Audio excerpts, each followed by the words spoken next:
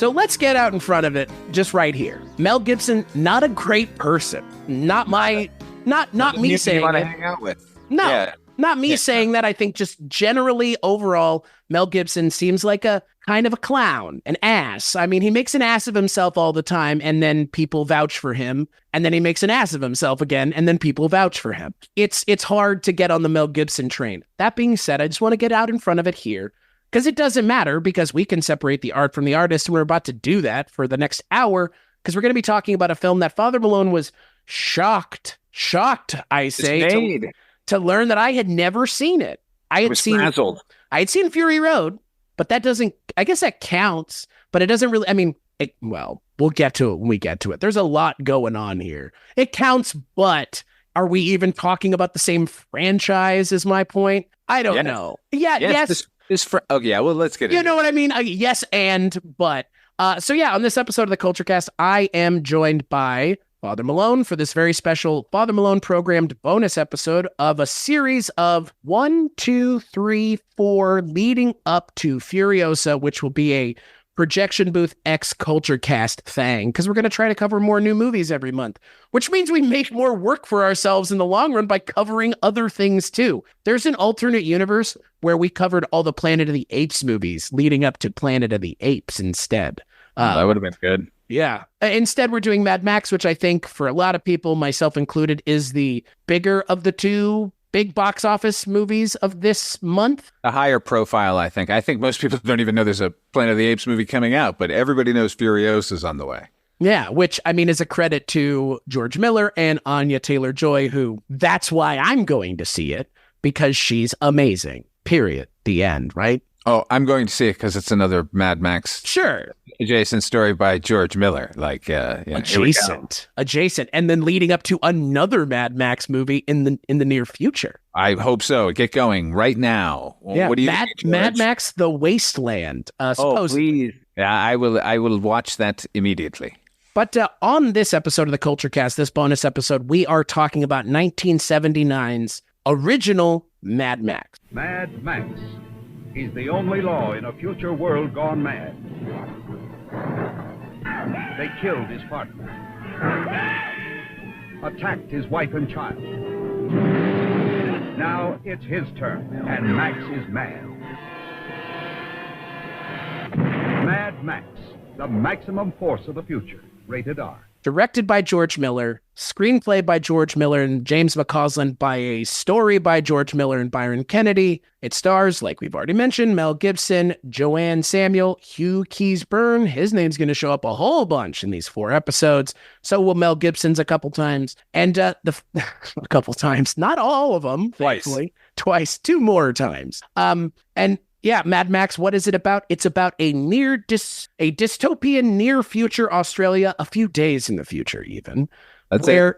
Just a couple days from now, we're all going to be living in Australia, and motorcycle gangs are going to be roaming the highways, running over children, killing people, and just causing havoc. But hey, there's one man for the job, and his name is, the last name is what makes me laugh, because it's so funny. It's funny, right? Max Rockatansky? Rockatansky. It's just like the most goofiest of goofy things to like Max Rockatansky. Yep. Hey, man, he's Polish represent. Yeah. How's it spelled? Just like it's said. Just like it sounds. Just that crazy. Rockatansky. Yeah. And Mel Gibson plays the titular Mad Max, who we'll talk about it. There's a lot going on in this movie. Again, I didn't even know what to expect, to be perfectly honest with you, because like I said, haven't seen any of these movies other than Fury Road. So, Father Malone, I'm going to kick it to you for a couple questions. A, why is Mad Max so important to you? B, why is Mad Max important to cinema overall, which is part of the reason your response to me not seeing it was the way it is, because you, like myself, are a person who considers themselves well watched as a cinema goer. And this is something that clearly you have a reason to feel is important to the film conversation as a whole. So I'm curious what that is. And then what did you think rewatching it for this episode? And when was the first time you saw it? Ooh, I guess I'll go backwards there. First time seeing it was on cable television. Interestingly, Chris, over on Midnight Viewing, we were in our latest episode, we were talking about heavy metal. And in that, I tell a story about the night I discovered Heavy Metal magazine. This was the same evening. Oh, nice. At my cousin's house, where we watched Mad Max, and then I found a stack of Heavy Metal magazines. The formative evening. Yeah, it's pretty vivid in my mind. Yeah.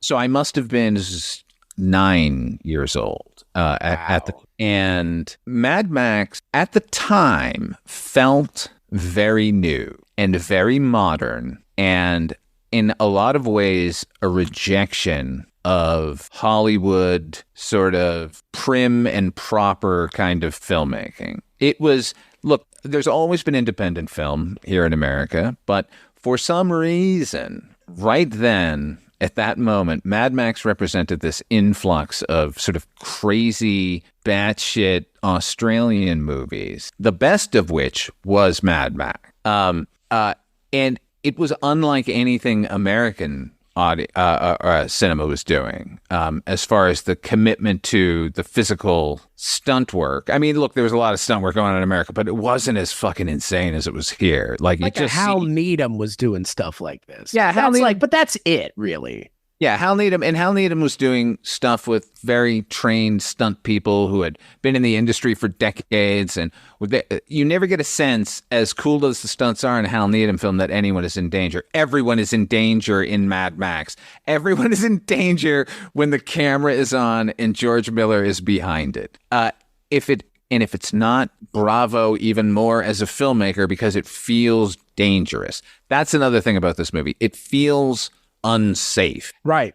And the impact of this movie, I don't think, is as pronounced as the reaction to The Road Warrior would be, at least here in America. I know Mad Max was popular, definitely, and a lot of people saw it, but more people, I think, saw it because they needed to see where this Road Warrior movie came from, right, than the other way around. So I'll say Road Warrior is actually the more impactful overall. But to your first question about what the character means to me, I can't just speak to his appearance in this movie. I kind of have to talk about Max overall. Sure. Because it's one of the most unique film series of all time, in that not only do we get a post-apocalyptic hero that we follow from film to film, but we essentially get this is going to sound crazy, but a sort of very modern day Gulliver, Lemuel Gulliver from Gulliver's Travels, because people think of that story and all they remember is giant Gulliver and the Lilliputian, whereas Gulliver goes to many, many lands and has many different adventures. So what we're getting here in Mad Max is it's a dystopian, but it is not post-apocalyptic. What's funny is in 1979, he's saying this is a few minutes from now. It actually is a few minutes from now. Yeah, it's not this movie is not post-apocalyptic at all. Like, no, this movie could very well be right now. In fact, let's see in 6 months if we're not there. Right. Oh, this is a much better movie if we're talking about the near future than a movie like Civil War is, because I think this is actually grounded in the way the world could be if things went a certain way, which is lawlessness reigns supreme. And that ends up being the big thing about this movie, is that, yeah, I was expecting a post-apocalyptic thing. And when it opens... The Road Warrior. And when it opens the way it does, I was like, okay, maybe it still is. And then the moment they cut to the inside of a diner, I was like, wait a second, is this just like the normal world now? And that's when it hit me. Oh, okay, so there must, and I realized, all right, so there's more going on here. It's not, like you said, it's a couple minutes in the future, literally. Right, so here in Mad Max, that's the world we're given. And then when we come back to Mac, Jesus Christ, it's so different. It is the post-apocalypse now. Now there is no society, and now it's basically a Western. So what we were given in the first film is kind of a crime, cops on the road, chase movie, action flick. The second film becomes this post-apocalyptic Western flick. The third one is so far afield from those two. It's about him trying to like basically save these children in this like paradise situation, and then Fury Road is a nonstop fucking chase movie again. It sort of returns to Mad Max's initial idea, but amps it up and fucking goes crazy with it. Each of the movies are so distinct. What amuses me when people criticize them from film to film is that, like, well, this one was great and then this one sucked, but because this one isn't a Mad Max movie. That's the criticism I keep hearing. Like, well, that one is a Mad Max movie, but that one's not a Mad Max movie. It's like, none of them are Mad Max movies. Mad Max is the only Mad Max movie. The next one has nothing really to do with the other one. And that's the thing that I didn't look into this intentionally. I wanted to go into it as blind as possible. And that is the thing that shocked me with this movie, is that this is, when people remember Saw, they remember it as a horror movie. It's a cop procedural film. The original film is. Everything else past that, another fucking story entirely. Saw 2 on, those are horror movies, straight up. Saw 1 or Saw, not a horror movie, cop procedural. This has that same feeling to me, where it's like, this, not at all what I was expecting. And here's the thing I will say. It's not that I didn't enjoy this movie. I'm more excited to see where we're headed with this stuff than this movie. Because in terms of Ozploitation, which this is kind of the original one, or the kind of the biggest name. It's the most well-known here in America. Definitely. Yeah, it feels kind of tame compared to some of the other Ozploitation movies I've seen. Oh, definitely. Right? Like, it really is, which is the crazy thing, because I feel like the way you're kind of talking about where we're headed is shit's going to get real crazy real fast. Essentially, the next movie. Yeah, there's no comparison. This movie is all like pushing the pedal as steadily as you can, whereas in the next film, it goes from, it doesn't go from 0 to 100. It starts at 100. And this movie kind of starts at 100 as well. I would say it starts with a pretty long chase between the Knight Rider. The Knight Rider, who's just running roughshod on. So these are the main force patrol. So they're like they're the highway patrol ships, right? Yeah. Okay. So they're trying to take him down, and the best guy for the job is the man we see putting on his gear, putting on his lotion on his hands, getting ready, because it's Mad Max. It's Max Rokitansky. It's Mel Gibson, who, look, for all of his problems as a human being, man, he's a charismatic actor, and it's fucking unfair, frankly, that he's kind of an asshole too. Because if he were a charismatic guy, that would be more fun. If he was a charismatic actor and a great person as well. It's not the case, but hey, it is what it is. He's a great actor. When he's on, he's fucking on. And in this movie, he kills it. Yeah, there's no question. Look, he's a good actor. He is a charismatic actor. And you just can't not look at him. The fact that he's a fucking piece of shit doesn't aid that, but I can also sort of pull myself out of it and watch this movie because, Max is kind of a cipher here. Yeah, not real emotional. It's called Mad Max. Is he angry or is he crazy? What's your definition of mad? In this movie, he's angry. This movie, he's angry. I'm assuming at some point he's not going to be angry. He's going to be literally nuts. Yeah, I think we get there. Driven to insanity. Because that's the other thing. Mad Max Fury Road is chronologically and canonically the 4th movie, but he's been recast, correct? Correct. Okay. With a younger man. And It takes so much further into the future. But here's the interesting, and this is another thing that makes me love the series overall, is that other than this movie, which is the story of Max Rokitansky before the war, this is the only verifiable part of his tale. All of the rest have different narrators, and therefore could be just folk tales about this mythic character wandering the wastelands after the apocalypse. So while we got them in the order we got them, who knows when they actually occurred? Right. And that for me is also the interesting thing about this series, is the idea of that kind of being the case further down the road. Is it's less, this specifically happened, but again, like you said, a folk tale of the person roaming the wasteland, who everybody knows, because if he were this guy, he would be this well known if he were able to do the things that I'm assuming he's going to be doing in the next couple movies. Around this time, this Max kind of represented, and Snake Plissken represented, there was a whole movement of anti-heroes. Right. These days, everyone's an anti-hero. Like, yep. You can't have a traditional hero. He has to be flawed and fucked up. But at the time, to have somebody who is flawed and fucked up and force them to be our hero was at least to me. Look, I guess I was 9 years old, but it was definitely felt new. It felt like part of the danger of the movie. So that goes a long way in sort of cementing the character. Chris, you mentioned that this movie was not what you were expecting.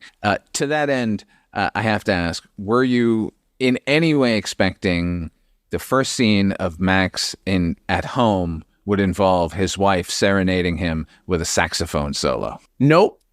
not in a million fucking years. Yeah, boy. Again, like that was the thing I didn't know. I wasn't aware that the point of this movie was effectively to set up everything else. And what's funny is it doesn't actually, like, had you seen it at the time, it wouldn't have felt like right. That. This was just a couple minutes into the future adventure story and revenge picture. But, I mean, again, a film being made in Australia, I love the fact that they use the same goddamn mask from Strange Behavior, because Max puts that, I forget who the fuck that is, but that's the mask that they use in Strange Behavior. That same... Yeah, isn't it the same? It's that same guy. I don't forget who the hell he is. It's like a horror icon, right? Because they're going in that movie. They're going around like stabbing with that. He's wearing in that like first scene in the movie, or Max? when he's at home. Oh, Max at home. Yeah, he has that like mask on. Oh yeah. Yeah, that's the same one that they use in Strange Behavior. I forget what. Yeah, I guess I was unaware of that. Like. Yeah. I don't think I've seen Strange Behavior for like 30 years or something. But that's an Australian film as well. It was just weird that was like, that was the weird crossover. Yeah. But I mean, again, I'm amenable to something like this, even if it's not what I was expecting, because I really like Australian filmmaking. I feel like Australians, like, as a people, they're very much themselves, and their filmmaking, really, that's also the case. Like, when a film is shot in Australia, whether you know it, Peter Jackson, I think, makes movies that are specifically him, that are in kind of informed by his New Zealander sensibilities, and Australian films made clearly by Australians are informed by their Australian sensibilities, and George Miller's the same way. I mean, I love George Miller as a director because he makes some of the strangest choices possible. Babe 2 Pig in the City is a fucking nutsoid movie, and it's directed by the guy who directed Fury Road. Okay, sure. And the director of The Witches of Eastwick. And Lorenzo's Oil. And the Nightmare at 20,000 Feet segment of the Twilight Zone movie.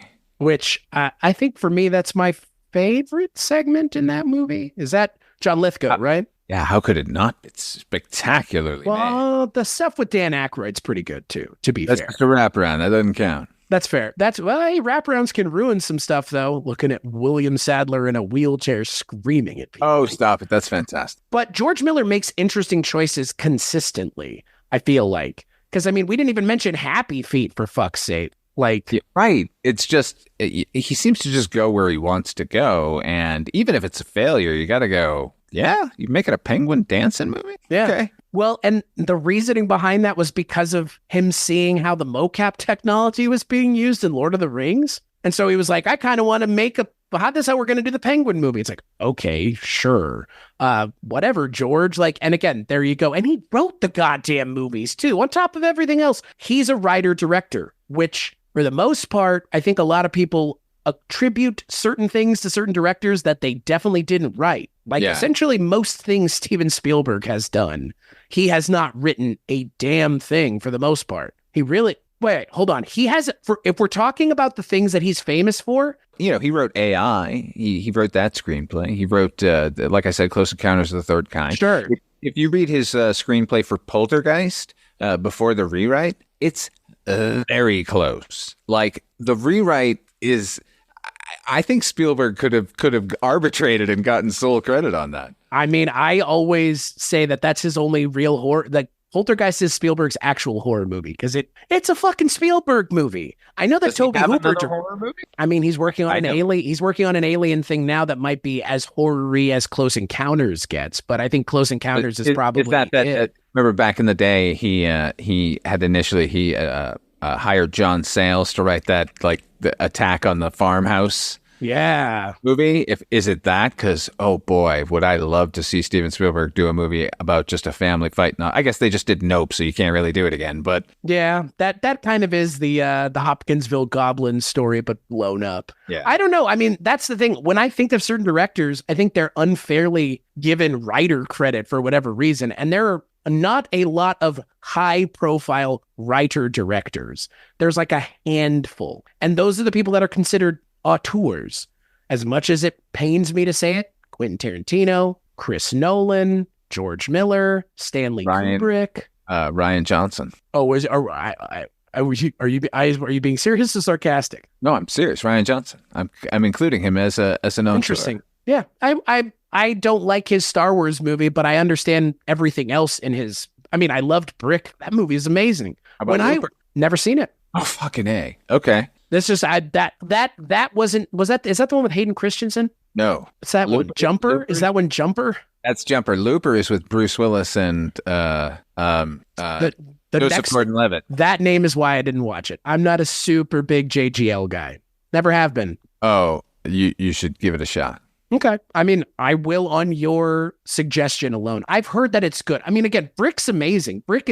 And that's Joseph Gordon-Levitt. Like, again. But, it's weird because in Looper, he's got, they tried to make him look like Bruce Willis as opposed to the way around. So he's got the contacts in and they've kind of made his face a little more Brucey. And it's a weird performance, but it's a great performance. They give him a prosthetic nose, I'm pretty sure. Most likely. Yeah. But like Ryan Johnson, I think George Miller makes interesting choices, which, as someone who watches a lot of movies like you do, I appreciate a director who writes something that he directs and that it's him in a movie or her or them. And I think George Miller is present in everything I've seen of his. Yeah, because even if he's not sitting right in that screenplay, you look at these movies and you just go, he's improvising everything here. Like, he's putting this movie together in the editing. That's what the script is. Have you try checking out the screenplay for Fury Road sometime? I can't even imagine. The sketch. I mean, it's just like, a pamphlet. In my mind, George Miller does what Ridley Scott has never been able to do, which is actually be successful at making an epic film in a modern setting. Because Fury Road is a modern epic, and I like everything that Ridley Scott has tried to do has fallen short because he's just trying to do a big ancient war movie. Yeah, he's trying to make a like 1950s CinemaScope classic. He wants to do Lawrence of Arabia. It's just that he doesn't have the patience to do Lawrence of Arabia. He wants that classic now. So he gives us all of the pretty pictures, but who cares about any of these movies? Right. But with something like George Miller's Fury Road, he takes the idea of the chase movie and turns that into the epic, which for me is much more interesting, which is taking something that has really, I mean, there are a couple epic chase movies, but I think Fury Road is like it's the epic chase movie, like period, of like all time. It's pretty high up there. It's kind of hard to beat. I mean, the things that would come close in my mind are something like The Hitcher, in terms of like the frenetic pace, never letting up, but that's a much shorter movie. It's not 3 hours, Pretty low key. Yeah, Fury Road's a big, loud movie, best enjoyed in IMAX. Even I would concede that's a movie that needs to be watched in the biggest, loudest screen possible. Yeah, there's a lot more going on in Fury Road than going on in The Hitcher. The Hitcher is very simple. Yeah. But I mean, for me, when we talk about George Miller and like this being his starting place, even here, I can see it. I can see the sensibilities that he will continue to bring to everything he works on from here on out. Absolutely. But, what we're going to be lacking in all the other George Miller movies is Goose. Oh, my God. Love Goose. He really kind of is, for me, the most memorable part of the movie because Steve Bisley is just, for as much of a cipher as Max is, Steve Bisley's Goose is not at all a cipher. He is. Oh, no. He runs away with the movie anytime he's on screen. Absolutely. You could have called this movie The Goose. And then what an ignominious way to go out, too. Fucking poor. That is not the Goose. He just dies off screen. And he's dead. And then he's dead. It's just ignominious. I mean, I appreciate that, though, because they don't hang anything on it. It just happens and the movie continues. Yeah. It's unfortunately that world. Well, that kind of comes back at the end of the movie where spoilers for a movie from 1979, so it's way past the statute of limitations for spoilers as far as this show is concerned. Max's family dies. And we learn that off essentially ADR. The child died and the wife's essentially brain dead. Like, okay. Lie to him though. Tell him it was fine. Right. I mean, that's the finality of it. But I mean, we witness the sort of, without being too graphic, at least. Which I was surprised by. I was surprised he restrained himself, but like at least he understands, like, we don't need to see that happen. Like, you can just give us the thing rolling into frame. Which I thought worked. I mean, for me, I was surprised. To your point, I was surprised the restraint that was used, because I was expecting something closer to Sam Raimi with this, like really like amping it up and going for it. I'm not saying George Miller doesn't go for it. He goes for it in different ways. And the violence, the graphic nature of the violence is not something he's interested in showing in this movie, which is, I was kind of shocked by, honestly. Yeah, you see a lot more of people beating up on cars than other humans. Right. That was kind of me alluding to it being a tame Ozploitation movie. I'm not even sure it is Ozploitation. Oh, it's 100% Ozploitation. I'm talking about like the ploitation of it. It's just the one where they went, yeah, let's just focus on the story here. Right. Which I was surprised by, because I was expecting it to be a post-apocalyptic thing from the start. And because, correct me if I'm wrong, the whole thing about the next movie is they're looking for gasoline. Oh, yeah. Okay. So that's what I was expecting here. And it wasn't, right. It wasn't that at all. It's Hugh Keys-Byrne playing a dickhead, which fuck. We're going to be talking about him a whole lot too. He's fucking amazing in this movie. Again, speaking of someone who just kind of steals it every time he's on screen. Yeah, Shakespearean here. Like, he elevates the movie. This could be just a stock raving villain, and yet he seems to have a depth to him. You know, we spend a lot of time with our villains here, and I don't think we agree with anything they're doing, but they all seem fascinating in some way, and that's because he's at the center of it. Well, and I think it's very telling that he comes back in Fury Road. It's perfect, actually. He could have been in all of them, honestly. He could have been the villain in each of the films, and it would have been totally acceptable. Just like the myth of Max, the myth of all of his villains could be one villain. Right. Well, and I kind of thought that was what it was going to be, because, again, given that he shows up here in the last one, I was like, oh, so he's got I know Tina Turner's in the third one. Oh, yes. That's all I know. Auntie Entity. Is that her name in the movie? Goddamn right it is. Oh, dear God.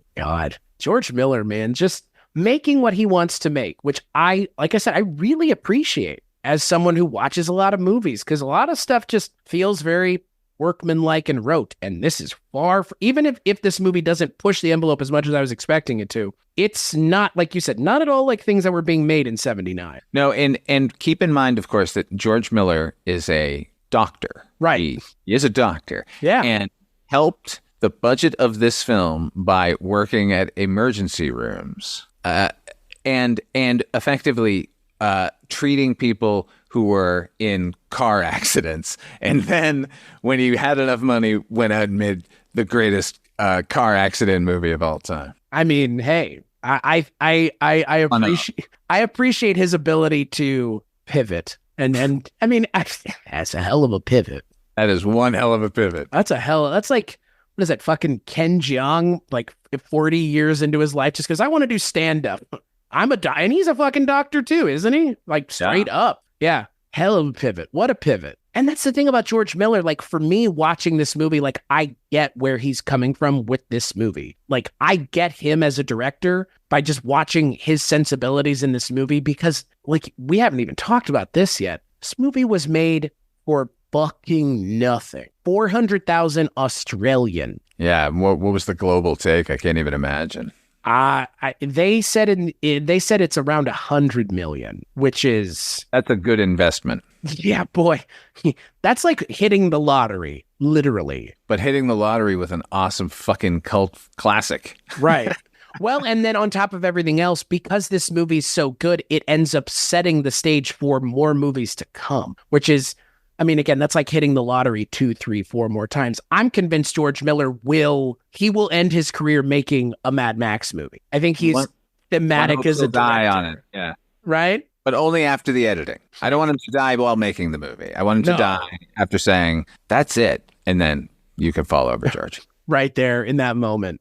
Yeah. That's like Dewey Cox. He died 5 minutes later. But that's the thing. Like for me, I think about George Miller as one of those like consummate filmmakers like Guillermo del Toro. And if you have a page of unrealized projects on Wikipedia, movies that didn't get made, but yet we have a Wikipedia entry for all of them, that's we're talking about someone who's engaged creatively in a way that a lot of directors don't have any interest. And I'm not saying that's a good or bad thing, but not every director wants to write the stuff that he directs, or vice versa, frankly. Yeah, I mean, look, we're lucky we still have him, but even if we didn't, even if he hadn't made Fury Road, I'm convinced that original trilogy of Mad Max films like will and can withstand the test of time. You know, like I'm glad he's still working, but the legacy is absolutely secure. Yeah. Well, and that's the other thing, you know, having not seen these three movies that lead up to Fury Road, I assumed that was the case, that these movies were being made subsequently because they were good. And clearly that's the case. I mean, sometimes shit just gets made because it made money. Transformers is a very good example of that. And it is seemingly done the thing where it came back around and now it's good again with Bumblebee. With Bumblebee? Yeah. So I didn't know if Mad Max was like that because, again, to your point, the other thing that I had always heard was the complaints about the third movie. Yeah, which is, again, that's crazy to me. It's like, dude, the gulf between The Road Warrior and Mad Max is so vast.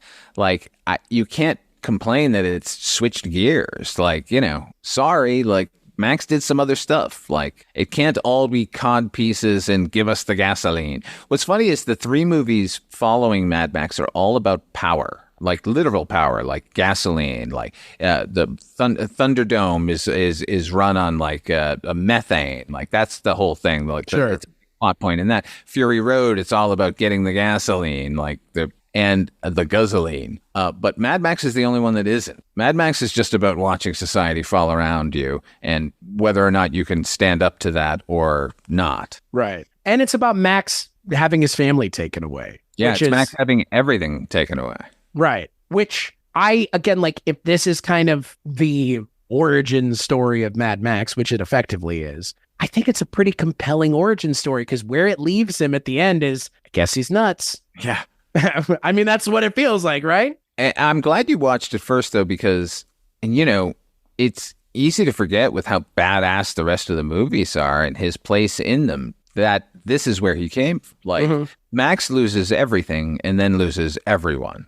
You know, like all of those characters are just living in Mad Max's story after the fact, you know? Right. Well, and that's the thing. I didn't expect Mad Max to have a family. Like I didn't know he had a wife and son. And I was like, well, I guess they're going to die by the end of this movie. Like they're going to be fodder for everybody. Like that's the thing. Like they're chased and terrorized multiple times in the movie, which at some point I was like, how many more times do these people need to get terrorized before they're just murdered? One more time. Right. And then this is the time that they get murdered. I do like that the chase aspect of the movie where these two kind of storylines keep intersecting with each other. And it doesn't seem like they need to, but the fact that they keep intersecting means they're going to be on a eventual collision course permanently, which is where the movie ends up. And I think that in the third act of the movie, it really picks up. I mean, the movie kind of really picks up even more than it. I mean, again, it's already kind of, to your point, it's not full pedal to the metal, but it's moving at a pretty good clip. But the third act of this movie is pretty great. Yeah. And where the sort of velocity the third act ends up at is kind of where we go from then on with Max, you know? Which is what I'm excited to see. And I'm glad you kind of said you were happy I watched this one first, because I would kind of be curious how I would have received this movie rewatching it after having seen everything else. Because it's such a weird spot for this to start in where I know it's going to end up. That, yeah, like the next one, you talking about the next one in the tones you've talked about it. I'm excited to see how much of the pedal hasn't been let off, because the movie at the end is just like, yeah, and he's nuts and he's going to fucking just do it's not even made clear what happens at the end of the movie, what he's going to go do. He just drives off. Right. To go do whatever. It could be anything. Right. Where it ends up, however, is so far not even a field. It's so appropriate because once his wife and child are killed, and Goose is dead, and he effectively is no longer a cop because he's just going out to murder this person, not in the name of the law anymore. Like everything is gone. It's a literal world falls down situation. And that's where the Road Warrior takes us from. So it's crazy that we can have a character whose world falls apart emotionally, mentally for them, but then it is reflected in the outside world. Which is, and that's what I'm excited to see with the next ones, because watching the psyche of Max like go and seeing where he ends up at the end of the movie is, I mean, it's interesting because Mel Gibson, I think, does a good job. I mean, as much of a cipher as he is, you feel by the end of the movie that he has truly lost it. And there are some shots at the end where he's just doing. He's just going and doing. There's some shots of him alone in the car and he's backlit and he's just, there's nothing there. Yeah, He's just kind of like, he's gone. He's gone. Yeah. And I like that about him as a character, because I think that wherever the character goes from here, that those, not lack of stakes, but the fact that the stakes have been removed, he can just do whatever the fuck he wants. The birth of an anti-hero. And that's the thing. I mean, is he one of the top 5, top 10? I think so. Yeah, definitely. As a character, 100%. I can't overestimate the impact of Max as a character on popular fiction and movies after the fact. Well, and like we alluded to in the intro, Mel Gibson, I mean, as much as this made George Miller's career, this made Mel Gibson's career too. Oh, absolutely. Straight up. Yeah. This is his first thing, right? He's like 23 or something here. Yeah. It's crazy. Like for this to be your first thing, holy shit. Like, yeah. Jesus Christ almighty. What a gift. But that's the problem, because again, like, I don't think for me, Mel Gibson, like the highs with this franchise, does he ever even get back there as an actor? I guess with Lethal Weapon. That's like the other thing that he's kind of known for in this world. Definitely. That and his pal Jesus. well now. His pal Jesus. That's what it should have been called. Mel Gibson and his pal Jesus. Jesus Christ. Speaking of Jesus. Man, that and fucking Apocalypto. Apocalypto, I enjoy that movie. I'm not saying the guy's not talented. He's just such a fucking waste of space.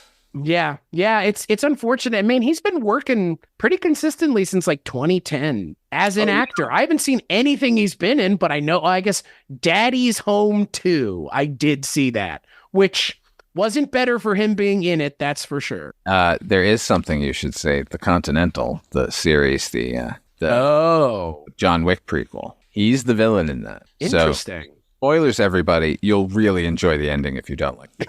Oh, fuck. And he went there.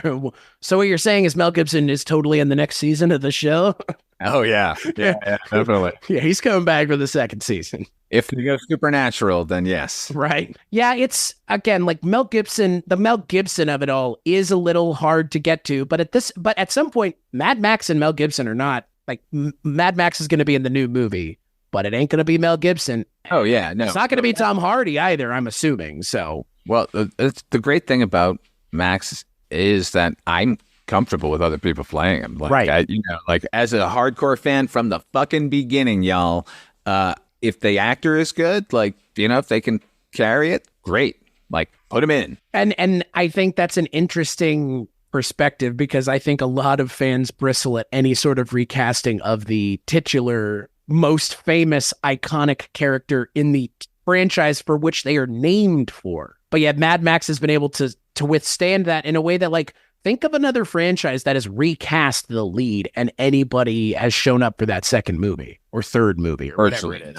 Right. Even when a co-main character in the third Mummy movie gets recast, people didn't show up for that one because it was not great, because Rachel Weisz wasn't in it. I mean, I think the only one, maybe the highest profile one that gets away with it, but he's not a main character, is Terrence Howard and Don Cheadle. Yeah, well, there you go. But that's, again, like you just said, not a main character, like, Well, I guess, I would say Edward Norton and Mark Ruffalo, technically still not a main character. Yeah, no, I mean, certainly not once he gets to Marvel. No. Yeah, that's weird because I think for me, Mad Max is like the highest profile recasting of the lead character. But in a lot of ways, It doesn't kind of matter, honestly. Once you get to the place we are now, Max is established. We don't need to see him being emotional about anything. He's just there to get the job done, and we're cool with that as long as he's cool. I'm not even sure he has to be there. Well, we'll find out. Right. I mean, I don't anticipate Furiosa being bad. Yeah, I can't see myself missing him in this world. Like, if Miller's behind it, and I'll go with any story George Miller wants to tell in this universe. Right. And that's the crazy thing about all of this is where this starts versus where we are now, and the fact that it's all chronological and it's all part of the same universe. It's not a recast, it's not a legacy sequel horseshit. This is all of a piece. That's pretty crazy in this day and age, because this is 79 to 2024 and beyond, probably for at least 5 more years, because that's the other thing. On top of everything else, these kinds of movies aren't made quickly, because these kinds of movies are made for real. The way movies aren't made anymore, actually making them, actually doing large-scale practical set pieces. I haven't seen Furiosa, but I can guarantee you there's going to be some shit in that movie that's going to blow all of our minds the way Fury Road did, because of the practical nature of the effects being done and the meshing of practical and CGI. Yeah, that's the ultimate part. But there's plenty of CGI in Fury Road. But I get the idea that on Furiosa, they're probably not going to be using the volume. Right. Well, probably not. But that's the thing. Even in a movie like Mad Max, the original, where there are a couple. I mean, it is a car chase movie, sort of, but not really. Like, it's where we end up being is so far removed from this. Oh, yeah. The thing I wonder, unlike myself, if someone were to watch Fury Road and then go, I'm going to pop in Mad Max, they're going to have a hard time with this movie, right? I don't know. Right? Like, I don't know either. Like, I say that they might, but I also could see them not. But like, I don't know. Is it as high paced? No. Certainly not. But then they'll have a problem with the Road Warrior if that's. Oh, really? Okay. Yeah, they'll have a problem with all of them. If they think that's what Mad Max is, that's not it. Right. The mutability of Mad Max is what makes it so fucking cool. Right. Yeah. I mean, like you've already mentioned, they pivoted already. The next movie has nothing to do with Mad Max. Yeah. It's literally Anya Taylor-Joy, and I've heard that the actor who plays her as a child spends like is in half of the movie. Wow. So, well, I mean, that's the other thing, and that's the thing that I'm curious, because again, haven't seen 2 and 3, but in this movie we've kind of already alluded to it. Hugh Keyes Byrne, they give him a lot of time on screen, so I'm assuming with the Chris Hemsworth character in the new movie, they're going to give him a lot of time on screen. They gave him Morton Joe a shitload of time on screen. Mm-hmm. They gave Toe Cutter a fair amount. I mean, to the point where it's probably Toe Cutter and Mel Gibson's movie, really. Oh yeah, it clearly it's Toe Cutter, Mel Gibson, and Stephen Bisley. Right? Yeah, really. Which and the Chief, that bald fucking handlebar mustached fucking Roger Ward. My God in heaven, what's crazy is he's not the mustachioed Nazi from Raiders of the Lost Ark, but if they were looking for a guy to cast as the other guy who's his brother, that fucking guy, and he's still kicking around, 88 years old, 6'3". Love him. And often did his own stunts. Roger Ward, my lord. But that's what I love about Australian filmmaking. What are you writing? I need to sleep. Oh, I didn't know it. I didn't know how. It's all whited out. I know. I was like, you could just say it. I mean, I have to edit this as is. So, Father Malone, as we kind of bring this episode to a close, which I think is probably going to be the shortest of the 4, because I'm sure there will be plenty to say on the next two. Too much, probably. For something like Mad Max and something like this franchise, what would you tell someone getting into it who has seen Fury Road but doesn't know what to expect? Because again, like, that's the question. Because a lot of people have only seen Fury Road, and that's kind of unfair to Mad Max, I think, as a franchise. I'd say to fucking watch them in order. I'd say it's a different movie. You're going to find out where Max came from, and it's before the war. And I think that should fucking do it. And then you're either going to like the movie or you're not. Like, I could not I could not talk a 20-year-old into liking this movie, even if they've seen Fury Road. You know, Right. I could just say this is a fucking cool movie, and here's why. Right. But ultimately, you caught into a film or you don't. You know. Yeah.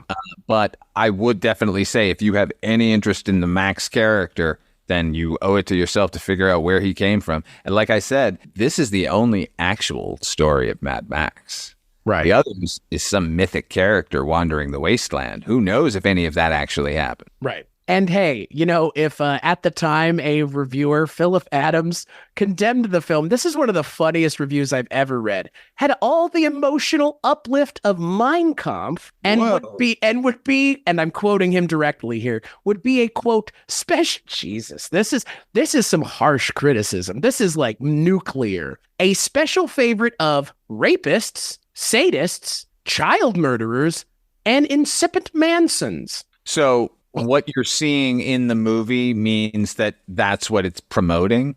Like, correct. I gotcha. Okay. Yeah. And that's an Australian social commenter, film producer and social commenter. Yeah.